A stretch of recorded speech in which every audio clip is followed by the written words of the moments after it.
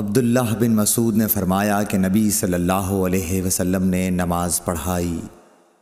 ابراہیم نے کہا مجھے نہیں معلوم کہ نماز میں زیادتی ہوئی یا کمی۔ پھر جب آپ نے سلام پھیرا تو آپ سے کہا گیا کہ یا رسول اللہ صلی اللہ علیہ وسلم کیا نماز میں کوئی نیا حکم آیا ہے؟ آپ نے فرمایا آخر کیا بات ہے؟ لوگوں نے کہا آپ نے اتنی رکعتیں پڑھی ہیں۔ یہ سن کر آپ صلی اللہ علیہ وسلم نے اپنے دونوں پاؤں پھیرے اور قبلے کی طرف منہ کر لیا اور سہو کے 2 سجدے کیے اور سلام پھیرا۔ پھر ہماری طرف متوجہ ہوئے اور فرمایا کہ اگر نماز میں کوئی نیا حکم نازل ہوا ہوتا تو میں تمہیں پہلے ہی ضرور کہہ دیتا، لیکن میں تو تمہارے ہی جیسا آدمی ہوں، جس طرح تم بھولتے ہو میں بھی بھول جاتا ہوں، اس لیے جب میں بھول جایا کروں تو تم مجھے یاد دلایا کرو، اور اگر کسی کو نماز میں شک ہو جائے تو اس وقت ٹھیک بات سوچ لے اور اسی کے مطابق نماز پوری کرے، پھر سلام پھیر کر 2 سجدے سہو کے کر لے۔ صحیح بخاری حدیث نمبر 401۔ انس بن مالک رضی اللہ تعالی عنہ سے روایت ہے کہ عمر رضی اللہ تعالی عنہ نے فرمایا کہ میری 3 باتوں میں جو میرے منہ سے نکلا میرے رب نے ویسا ہی حکم فرمایا۔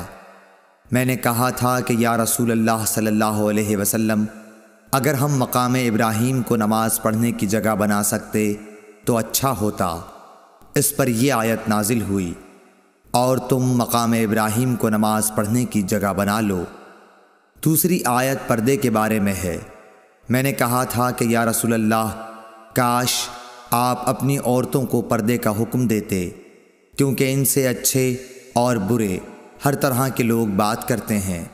اس پر پردے کی آیت نازل ہوئی۔ اور ایک مرتبہ حضور صلی اللہ علیہ وسلم کی بیویاں جوش و خروش میں آپ کی خدمت میں اتفاق کر کے کچھ مطالبات لے کر حاضر ہوئیں۔ میں نے ان سے کہا کہ ہو سکتا ہے کہ اللہ پاک تمہیں طلاق دلا دیں اور تمہارے بدلے تم سے بہتر مسلمہ بیویاں اپنے رسول صلی اللہ علیہ وسلم کو عنایت کریں، تو یہ آیت نازل ہوئی عسیٰ ربہ ان طلقکن ان یبدلہ ازواجا خیرا منکن۔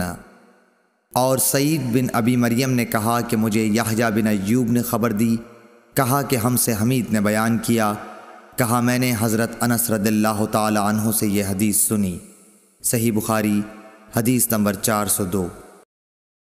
عبداللہ بن عمر سے روایت ہے آپ نے فرمایا کہ لوگ قباء میں فجر کی نماز پڑھ رہے تھے کہ اتنے میں ایک آنے والا آیا، اس نے بتایا کہ رسول اللہ صلی اللہ علیہ وسلم پر کل وحی نازل ہوئی ہے اور انہیں کعبے کی طرف نماز میں منہ کرنے کا حکم ہو گیا ہے۔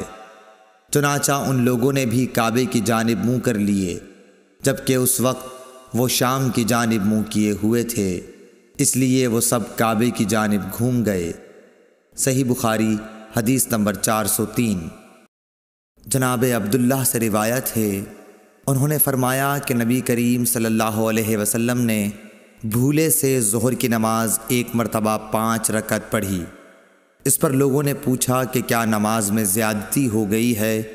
آپ صلی اللہ علیہ وسلم نے فرمایا کیا بات ہے؟ صحابہ نے عرض کی کہ آپ نے 5 رکعت پڑھی ہیں۔